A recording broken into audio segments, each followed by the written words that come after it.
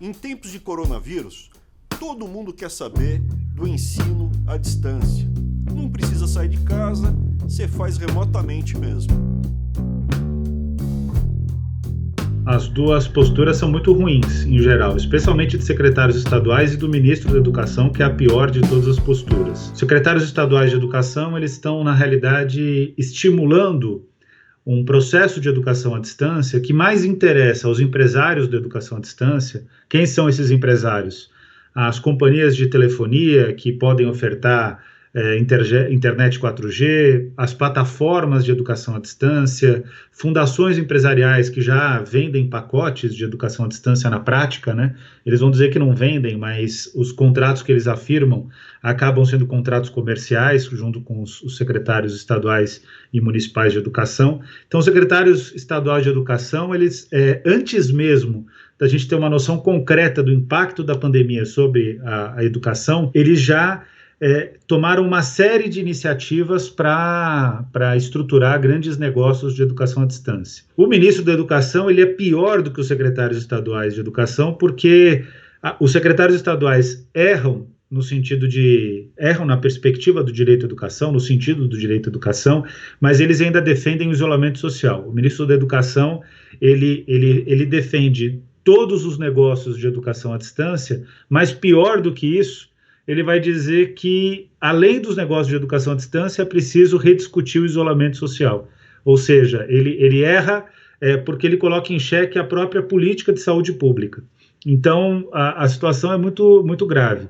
Os secretários municipais de educação estão acertando mais. Por que eles estão acertando mais? Porque eles acabam ficando mais próximos dos professores, porque o distrito, né, o que a gente chama da circunscrição de gestão, o território de gestão, para ficar mais claro, é menor, né? Menor o território de um município do que o território de um estado.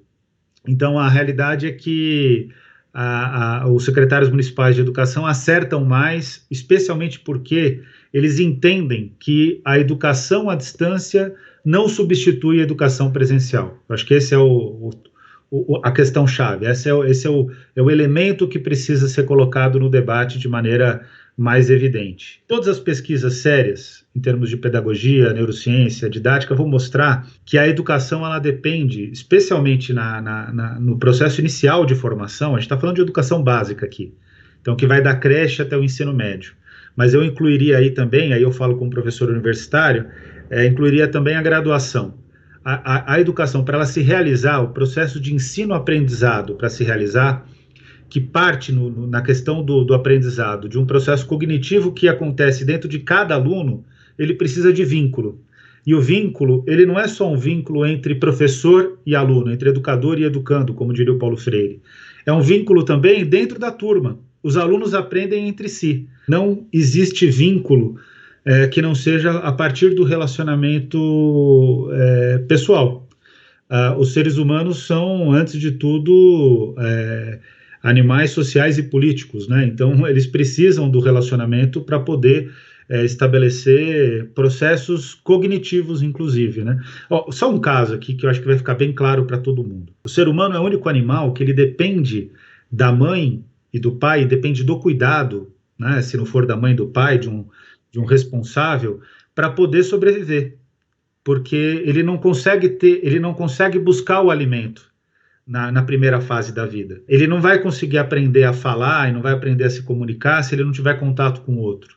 Então, o processo de cognição humana depende do outro. Essa é a beleza da humanidade. A humanidade, ela determina uma espécie que é uma espécie dependente, interdependente, né, se a gente quiser colocar nos termos muito corretos. E com a educação não é diferente. Educação, o que é? Educação é um processo de apropriação da cultura e de superação da cultura. O Ortega y Gasset, que é um grande pensador, vai dizer que o homem é o animal do supérfluo. O que é o supérfluo? É aquilo que vai além da mera reprodução da existência, da mera sobrevivência. Então, ao produzir cultura, os seres humanos precisam, nessa produção de cultura, do contato com o outro. Isso fica prejudicado na educação à distância. Ela tem sido utilizada e muito mal utilizada pelas escolas particulares de altíssimo padrão. O que é uma escola particular de altíssimo padrão? É aquela que cobra uma mensalidade acima de R$ 1.500 das famílias. Essas escolas, elas praticamente estão fazendo a teleaula. O que é a teleaula? O aluno fica, exatamente como a gente está conversando aqui, cerca de 5 horas por dia, tendo contato com o seu professor, e aí tem relatos que são relatos maravilhosos, né? Vamos ser sinceros, boa parte das famílias matriculam seus filhos em escolas privadas não porque acreditam na educação, mas porque querem que seus filhos tenham contato com filhos de empresários, querem contato com redes sociais, querem diferenciação, querem dizer que são diferenciados em relação ao restante da população brasileira. No fundo, a educação, ela acaba expressando o resultado de um país que é um país marcado por uma experiência dramática, injusta, inaceitável de escravidão. E isso fica dentro das pessoas. Então, elas não querem educação, elas querem diferenciação. E aí essas escolas estão ofertando educação à distância na estratégia de teleaula para dizer que elas estão indo muito melhor do que as escolas públicas e que isso é quase que, perante a pandemia, vamos fazer com que os nossos alunos sejam os melhores. E eu lamento dizer para os pais que acreditam nisso, lamento dizer que não está funcionando. E não está funcionando por quê? Porque as crianças elas estão ficando esgotadas e não estão aprendendo. No fim da pandemia, essas crianças elas vão ter tantos problemas decorrentes de saúde mental, pela pressão que está sendo exercida, que esse vai ser um período mais do que perdido. Em relação às escolas públicas, o que está acontecendo? A qualidade das estratégias de educação à distância é baixíssima. Por quê? Porque, olha, tem gestor público que nunca pisou numa escola pública. Tem gestor público que nunca entrou dentro de uma comunidade favelizada.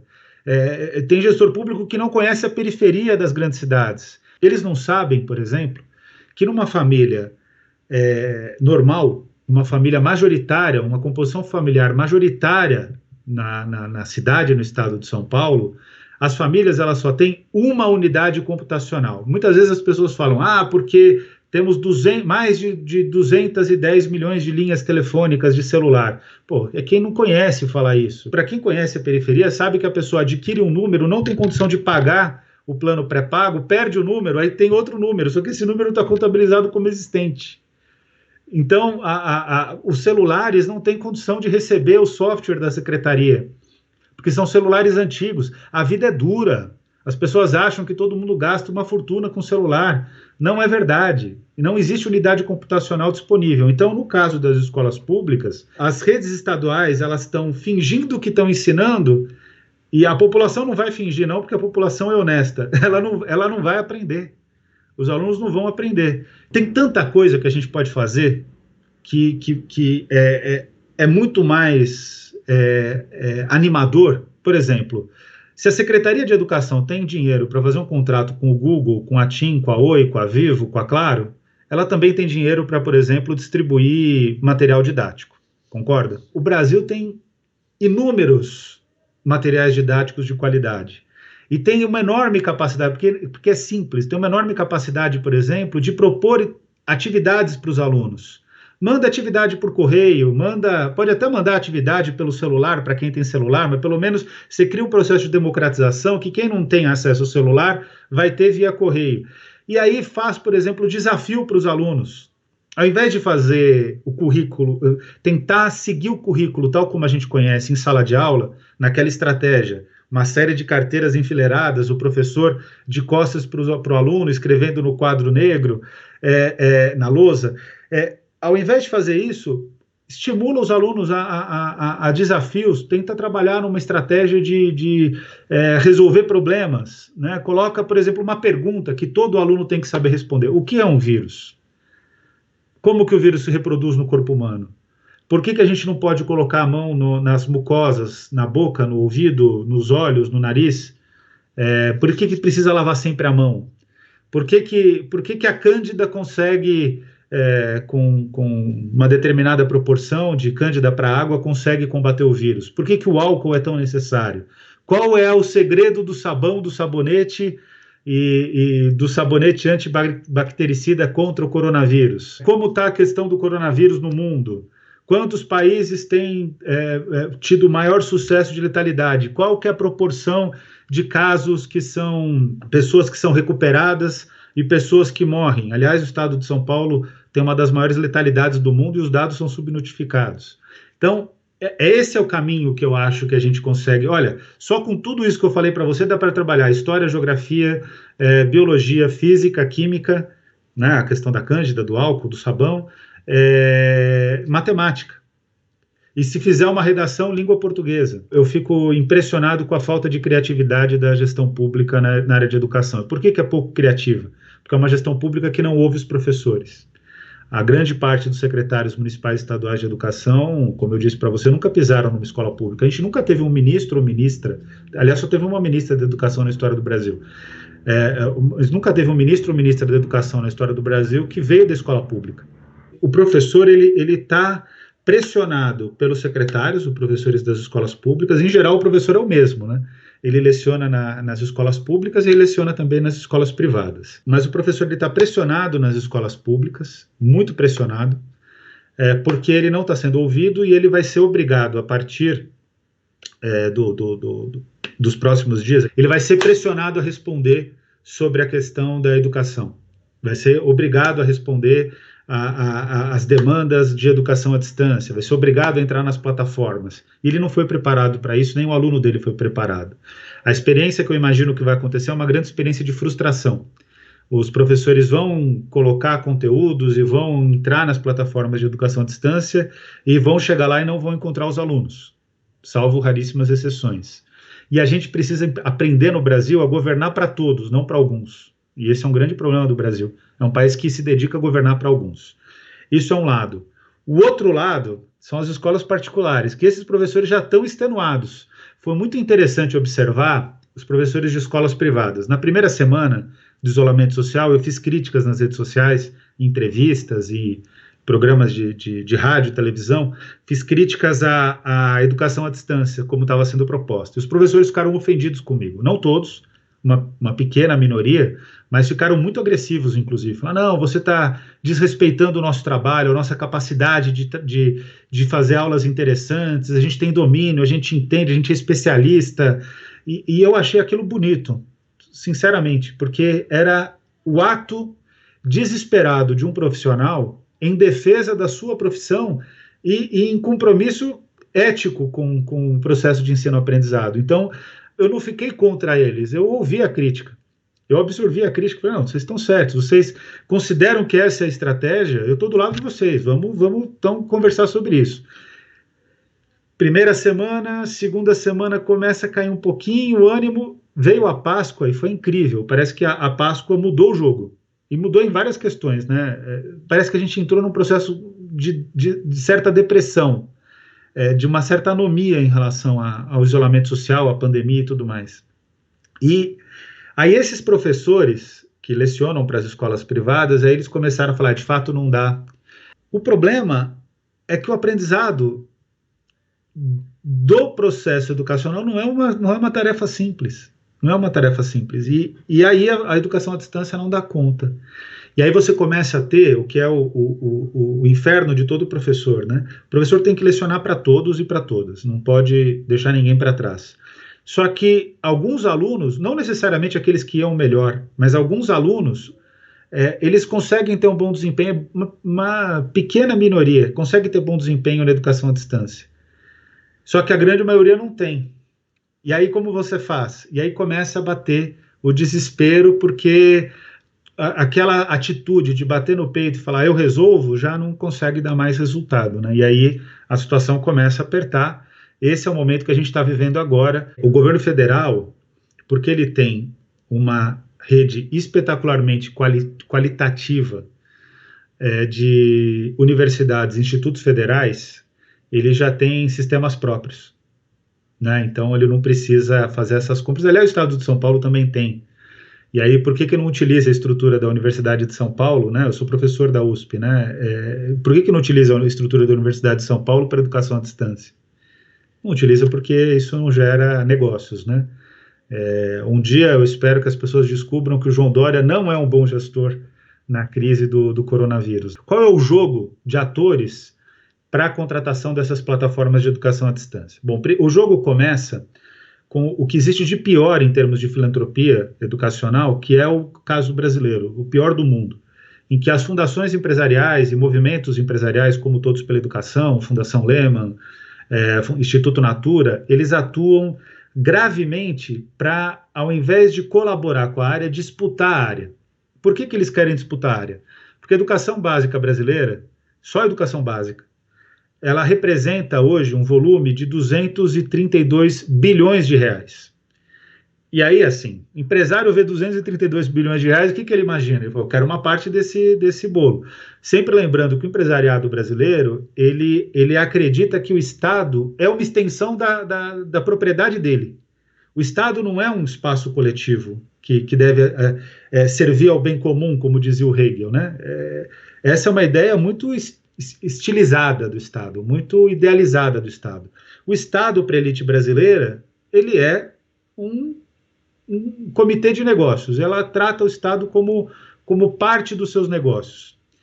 E aí querem parte desses 232 bilhões de reais. Elas começam a construir várias linhas de negócios a partir dessas estratégias de educação à distância, sempre partindo de um pressuposto cínico de que o professor é incapaz de ensinar. O professor sempre é tratado como incapaz de ensinar. O que acontece? A própria realidade impedia essas fundações empresariais de conseguir chegar fortemente em todos os alunos brasileiros e vender os seus... As fundações empresariais nem sempre vendem, muitas vezes elas vendem, mas nem sempre vendem negócios, mas elas servem como uma estratégia de propaganda para os negócios de educação, né, e especialmente educação à distância.